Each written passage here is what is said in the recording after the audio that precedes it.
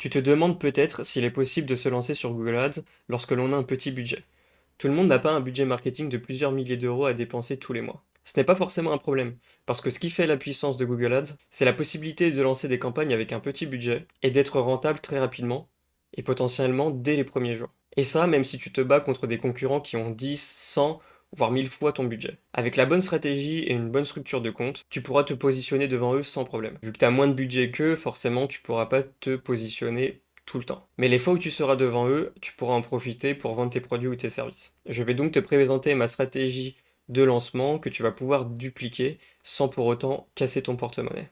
Petite parenthèse, j'ai récemment utilisé cette stratégie pour un de mes clients. Résultat, il a fait 12 000 euros de chiffre d'affaires les premiers mois de lancement de son activité avec seulement 500 euros de publicité et 10 euros de publicité par jour. Ce qui fait quand même un retour sur investissement supérieur à 20. Alors commençons.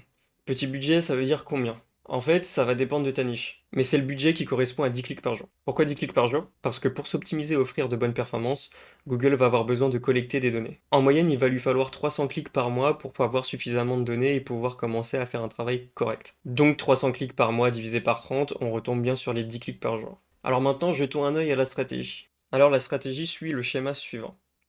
Premièrement, on va devoir sélectionner des mots-clés à forte intention d'achat.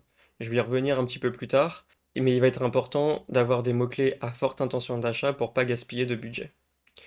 Ensuite, on va définir le budget quotidien, on va estimer, on va définir le budget pour qu'il y ait au moins 10 clics par jour en première page.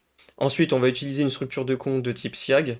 Le SIAG, ça veut dire Single Intent Ad Group, je vais y revenir plus tard, je vais vous expliquer ce que c'est. Ensuite, on va construire des annonces et des landing pages avec une cohérence, en faisant très attention d'avoir une cohérence entre le mot-clé, les annonces et les landing pages. Et enfin, on va faire attention à ce que le tracking des conversions fonctionne correctement, parce que si ce n'est pas le cas, Google ne va pas pouvoir s'optimiser. Donc si les conversions euh, ne remontent pas au niveau du dashboard, du coup, Google ne va pas savoir ce que vous cherchez à optimiser et donc ne va pas pouvoir comptabiliser les conversions et donc ne va pas pouvoir s'optimiser tout simplement. Et ensuite, dernière étape, tout simplement le lancement et l'optimisation. Donc, à savoir qu'au début, on va lancer selon une stratégie d'enchère pour les 15 premiers jours, et puis ensuite, après, on passera à une autre stratégie qui est un petit peu plus automatique. Donc, si on doit zoomer sur la première partie, la sélection de mots-clés à forte intention d'achat, c'est vraiment l'étape primordiale. C'est cette étape-là qui va déterminer la réussite de votre campagne. Donc il va falloir trouver des mots-clés à très forte intention d'achat. Donc je m'explique rapidement pour vous expliquer pourquoi c'est très important. Avec une stratégie petit budget, on va devoir se concentrer sur les 2% des utilisateurs qui recherchent à acheter maintenant tout de suite. Vu qu'on travaille avec un petit budget, nous n'avons pas le temps de perdre de l'argent en ciblant des personnes qui ne sont pas encore prêtes à acheter. Donc on va chercher à éviter les personnes qui ont besoin encore d'être convaincues avant de savoir quoi acheter et quand, et on va plus se concentrer sur les personnes qui recherchent à acheter tout de suite. Donc pour ça, il faut identifier les termes de recherche qui ont une forte intention d'achat, c'est-à-dire les termes de recherche que vos potentiels clients utilisent lorsqu'ils s'apprêtent à acheter votre produit ou votre service. Les termes qui traduisent souvent ces intentions sont des termes tels que autour de moi, prix, acheter, urgent, meilleur, etc. Et en fonction des niches, il y en a plein d'autres, tous différents les uns des autres. Donc à toi de faire tes recherches en fonction de ta niche et de ton business pour pouvoir identifier ces mots-clés. Petite parenthèse, si tu souhaites télécharger le schéma que j'ai partagé expliquant la stratégie, je vais te mettre à disposition un lien dans la description pour que tu puisses le télécharger. Donc maintenant qu'on a parlé du premier point et qu'on a fait notre sélection de mots-clés à forte intention d'achat, on va chercher à définir son budget journalier. Alors tu vas sur ton compte Google Ads, tu viens dans les outils ici et tu cliques sur outils de planification des mots-clés et après tu fais trouver de nouveaux mots-clés. Donc là, dans la barre de recherche ici, où tu vas pouvoir rentrer justement tes mots-clés que tu as trouvés avec forte intention de recherche, tout simplement tu vas venir les taper à cet endroit-là. Donc moi je vais prendre l'exemple d'un plombier par exemple, je vais mettre plombier autour de moi.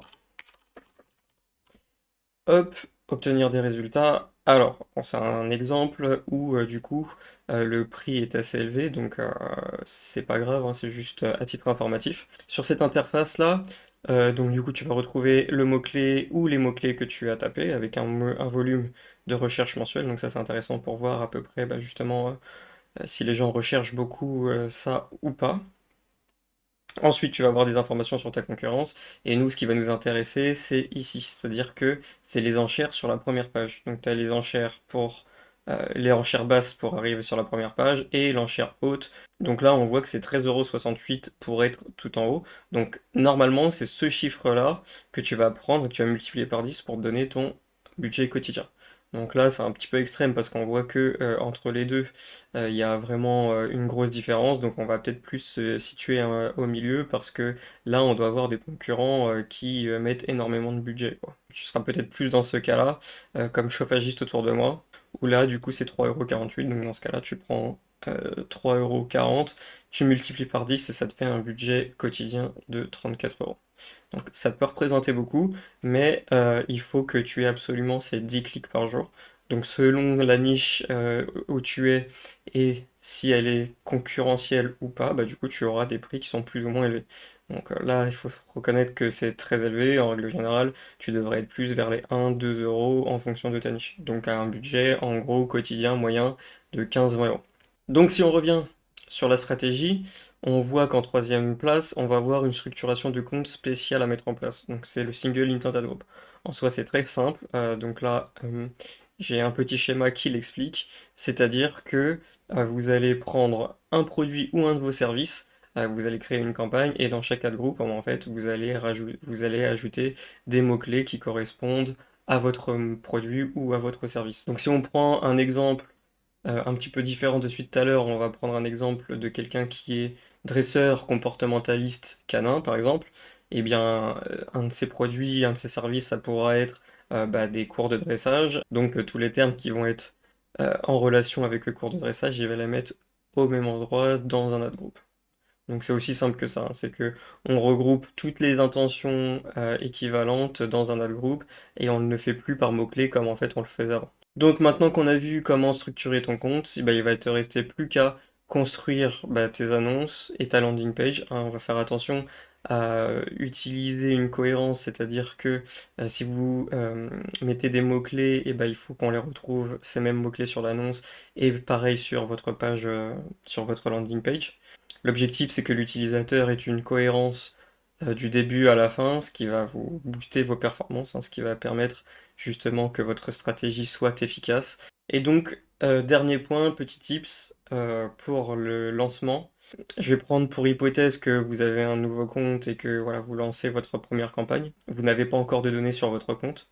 Donc si tu es dans cette situation, moi je te conseille de commencer avec une stratégie d'enchère les 15 premiers jours en maximiser les clics. Pourquoi? Parce que ça va permettre à Google de commencer à dépenser sans trop se freiner et donc de collecter les premières données. Au bout de 15 jours, normalement, tu auras collecté suffisamment de données pour avoir tes premières conversions. Et donc à ce moment-là, tu pourras passer au bout de 15 jours à maximiser les conversions. Et donc là, à partir de ce moment-là, Google va commencer à être un petit peu plus performant et donc te ramener beaucoup plus de conversions. Et normalement, tu devrais commencer à pouvoir être rentable.